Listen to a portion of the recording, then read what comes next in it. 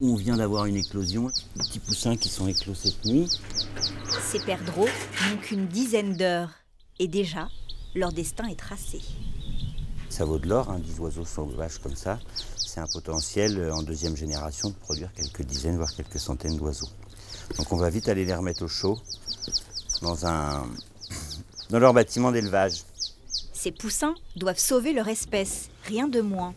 Pour y arriver, ils ont trouvé un allié surprenant, un collectif de chasseurs. Ce sont eux qui ont réalisé l'urgence. En Seine-Maritime, le nombre de perdrix comptabilisés au printemps a été divisé par 2 en 3 ans. C'est un oiseau qui est quand même petit et fragile. Les adultes mangent des graines, mais les petits ne mangent que des insectes. Donc ils ont besoin de chaleur, de soleil et d'insectes dès leur naissance. Et c'est sûrement un peu ce qui a fait défaut ces dernières années. La faute à la météo donc, aux renards, aux fouines, mais aussi à l'évolution de leur habitat. Les perdrix nichent à même le sol dans des champs cultivés, de plus en plus rares et parfois pollués.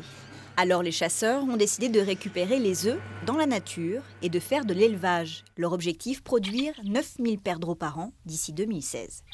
Le but, c'est de les relâcher pour faire du renforcement de population en cas de gros orages ou quoi, c'est pour sauver la perdrix.